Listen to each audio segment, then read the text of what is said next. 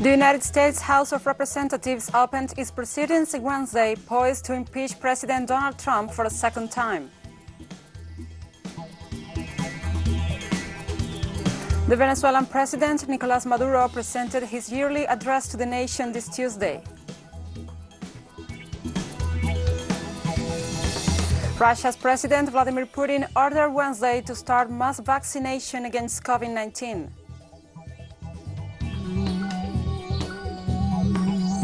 From the headquarters of teleSUR English in Havana, Cuba, this is From the South. I'm Gladys Quesada. The United States House of Representatives Wednesday morning debated the articles of resolution regarding President Donald Trump's impeachment in a Congress headquarters heavily guarded after last week's violent events. The impeachment resolution is based on the House charges against Trump, accusing him of incitement and insurrection for his role in last week's deadly Capitol riot. As the debate rolled up, Democratic Representative Jim McGovern, chairman of the House Rules, the committee, offered several statements opening the House session and recalled the violent events of January 6 and President Donald Trump and his allies' roles in inciting a mob to storm the Capitol. Democrat Representative Judy Hsu said Trump's removal from office is now more urgent than ever. For his part, Republican Representative Tom Cole, ranking member of the House Rules Committee, stressed impeachment will divide the nation in the last days of President Trump's administration. Steny Hoyer, the House Majority Leader, rejected Republicans' arguments that an impeachment will only further divide the country after the president incited a violent mob to storm the Capitol. There are consequences to actions, and the actions of President of the United States demand urgent, clear action by the Congress of the United States, Hoyer said. Later, and advocating for Trump's behalf, Republican Jason Smith said the impeachment process is reckless and called lawmakers to put people before politics. On her side, South Carolina Republican Nancy Mace, in her first floor speech as Congress member, said an impeachment against Trump is rushed and there is violence on both sides of the aisle. After the debate, the House votes on the rule, a process that will last longer because of coronavirus protocols and security mandatory guidelines as metal detectors. After the House passes the rule in the early afternoon, the House will proceed to a 2-hour debate. The final vote will begin around 3 p.m. For the purposes, this beacon of democracy became the site of a vicious attack. Rioters chanted, "Hang Mike Pence," as a noose and gallows were built a stone's throw from the Capitol steps. Capitol police officers were beaten and sprayed with pepper spray. Attackers hunted down lawmakers to hold them hostage or worse. Now, some of my colleagues on the other side have suggested that we just move on from this horror. But to gloss over it would be an abdication of our duty. Others on the Republican side have talked about unity. But we can't have unity without truth and without accountability. And I'm not about to be lectured by people who just voted to overturn the results of a free and fair election. America was attacked, and we must respond, even when the cause of this violence resides at 1600 Pennsylvania Avenue. Mr. Speaker, for the purposes... On a matter as grave and consequential as impeachment, shouldn't we follow the same process we have used in every modern impeachment rather than rushing to the floor? On behalf of generations of Americans to come, we need to think more clearly about the consequences of our actions today. There are other remedies that can be pursued. The President is expected to face litigation over his role in last Wednesday's events. There will be criminal proceedings against the perpetrators, and I hope all of those who stormed the Capitol will be brought to justice. And some members have proposed an alternative procedure, censoring the President, which could garner significant bipartisan support in the House. I do not think impeachment is a wise course, Mr. Speaker. I would urge my friends in the majority to reconsider. There's still time to choose a different path. From California, Ms. Chu. And the United States Secretary of State Mike Pompeo canceled end-of-term trip to European countries following reactions to the assault on the Capitol. According to the State Department in an official statement, the cancellation is due to agenda issues arising from the transition process between the outgoing administration of Donald Trump and the incoming administration of Democrat Joe Biden, who will take office on January the 20th. Pompeo was scheduled to visit Brussels to meet with Belgian officials and NATO Secretary General Jens Stoltenberg in order to reaffirm relations. Pompeo pointed out that the need to ensure a peaceful transition process.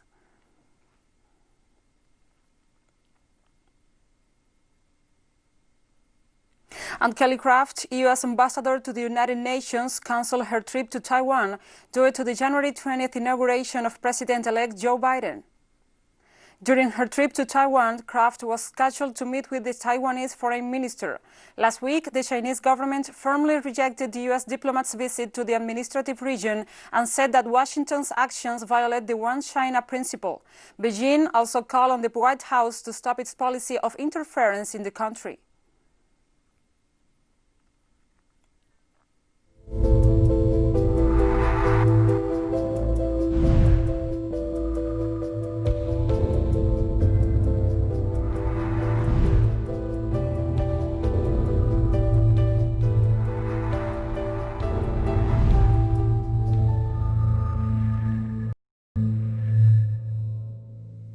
The British Prime Minister Boris Johnson on Wednesday said he will not rule out introducing tougher coronavirus restrictions in England if necessary. We keep things under a constant review, and we will continue to do so. And certainly if there is any need to toughen up restrictions, which I don't rule out, Mr. Speaker, we will of course come to this House. But perhaps, as is so often the case, the right honourable gentleman didn't listen to my earlier answer, because I pointed out to the House that actually the lockdown measures that we have in place, combined with the Tier 4 measures that we were using, are starting to show signs of some effect. We must take account of that too, Mr. Speaker, because nobody can doubt the serious damage that is done by lockdowns to people's mental health, to jobs, to livelihoods as well. And Netherlands began on Wednesday the first mass coronavirus testing program, which aims to find out more about the spread of a new, more transmissible coronavirus variant. The testing center in Bergen-op-Zoom, near the port city of Rotterdam, was set up after a cluster of COVID-19 cases linked to an elementary school turned up 30 cases of the new variant that is sweeping through Britain and Ireland, putting hospitals in those countries under severe strain. The municipality of Lansingerland, which includes the town of other nearby villages, wants to test all of the 62,000 residents aged over 2 years in coming days. To this date, the nation registers over 883,000 COVID-19 cases and more than 12,000 fatalities. The goal of this testing is to try to stop the spread of this UK variant, if that's still possible, and if it's not possible, at least to learn from it how fast it's spreading through a community, and if it's spreading from child to adult or adult to a child. So we want to learn as much as possible, and also to try to slow down the spread of this virus. And Romania received on Wednesday the first batch of COVID-19 vaccines by the U.S. biotechnology company Moderna. The batch contained 14,000 doses of vaccine, which will be distributed to regional centers across the country in the coming days. Romania is struggling against the ongoing coronavirus pandemic. The nation so far registers more than 681,000 COVID-19 cases and nearly 17,000 fatalities. Moderna's shots are so-called mRNA vaccines. The vaccines use a piece of genetic code that trains the immune system to recognize the spike protein on the surface of the virus.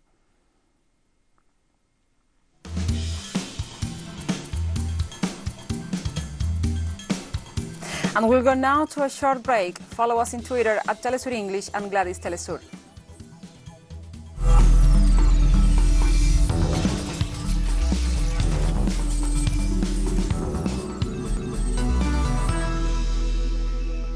Welcome back to From the South. Venezuelan President Nicolás Maduro Moros presented his yearly address to the nation this Tuesday. As is established in the Venezuelan Constitution, President Maduro offered his yearly State of the Nation address before the newly installed National Assembly. The Constitution establishes that the President of the Republic must offer this review of the economic, social and political policies of the past year within 10 days of the installation of the National Assembly each January. Since 2017, after the majority opposition National Assembly elected in 2015 and was declared in contempt, the president presented his annual report before the judges of the Supreme Court of Justice and later before the National Constituent Assembly. This Tuesday marks the beginning of the legislative exercise of the new assembly installed on January the 5th. The lesson of last December 6 was not just another lesson. It will be remembered as the event that put an end to a period of cruelty and that opened the path to a fertile future for political reconciliation and economic recovery, thanks to that election in which the legislative branch was rescued. 2020 will remain engraved in history as the year in which politics definitely overcame the war, and none other than the very existence of the Republic was preserved. And the Venezuelan president emphasized that during 2020, the country experienced a huge number of attacks, promoted and carried out by the domestic far-right with the consent and support of its foreign allies. The pandemic was not the only difficulty that Venezuela had to overcome in the year 2020. Last year, the greatest number of known aggressions were concentrated in the military and paramilitary field of terrorism, organized and materialized by Trump's supporters and the extremist right in Venezuela and Latin America, using as a facade the outgoing National Assembly and with the support and consent of foreign governments like the one that is finishing in the United States, with more pain than glory, and those that are agonizing in Latin America.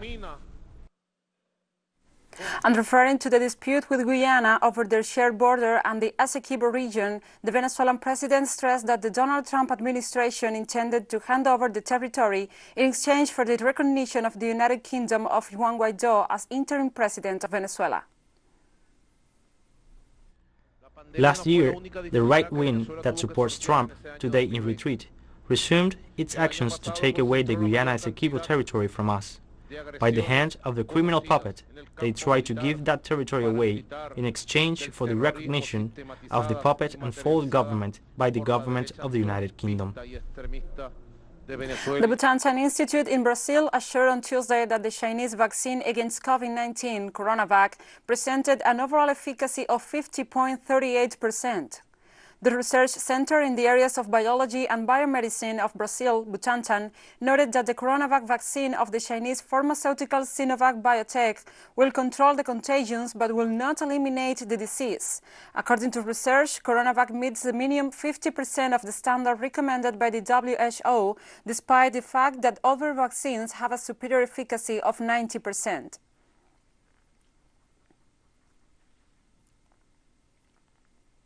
In Chile, the Women and Gender Equity Commission of the Chamber of Deputies will begin this Wednesday the discussion of a bill that seeks to decriminalize abortion until the 40th week of pregnancy. The bill to be discussed aims to modify Article 119 of the Constitution, which authorizes the termination of pregnancy by a doctor. If the Constitution were to be modified, abortion will be allowed in case of a rape or if the pregnancy endangers the life of the mother. According to surveys conducted in the country, 56% of Chileans say they agree with abortion in some circumstances, and 27% believe it should be completely allowed.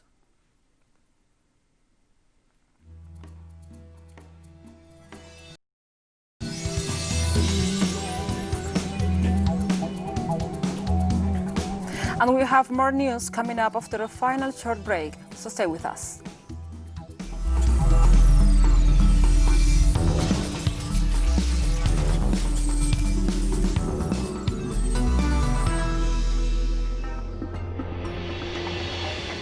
Welcome back. Russia's President Vladimir Putin ordered Wednesday to start mass vaccination against COVID-19. The Russian head of state asked to start next week mass vaccination against COVID-19 during a meeting with cabinet members. Putin also described the Sputnik V vaccine developed by the Gamaleya Epidemiology and Microbiology Center as one of the best in the world after showing more than 90% efficacy. Also, the Russian president requested to carry out a thorough investigation of the vaccine in view of the emergence of the new strains of the virus.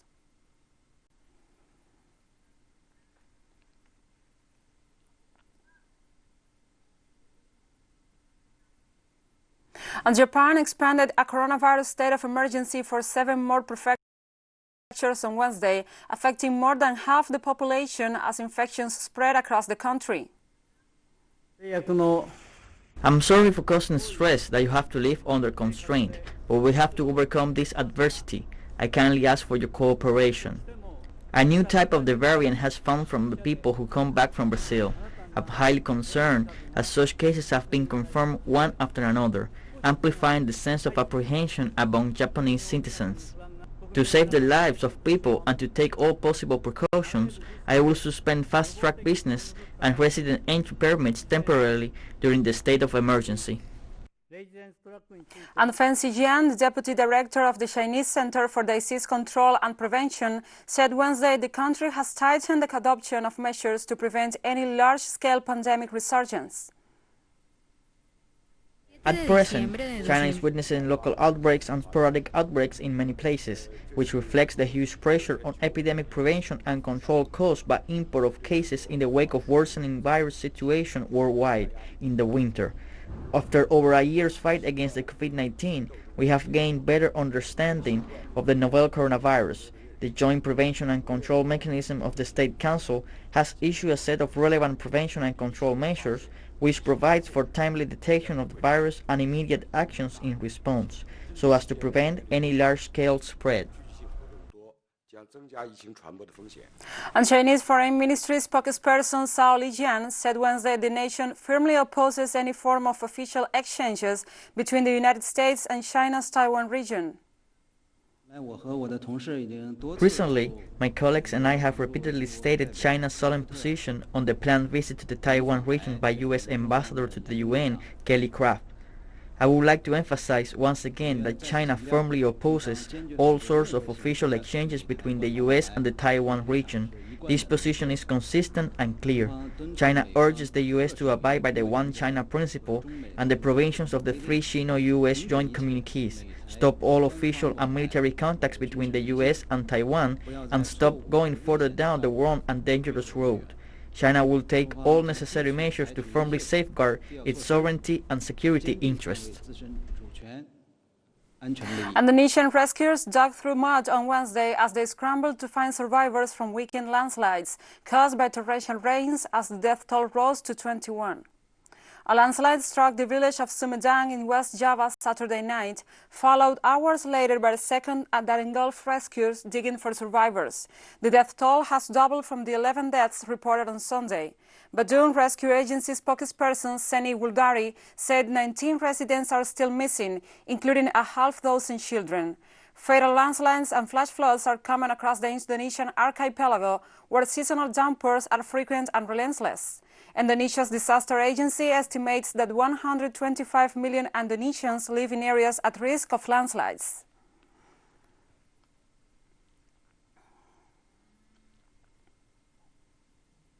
The chairman of Uganda's Electoral Commission confirmed that voting material has been dispatched to districts and cities across the country and called on all stakeholders to act in tolerant, peaceful and tranquil manner.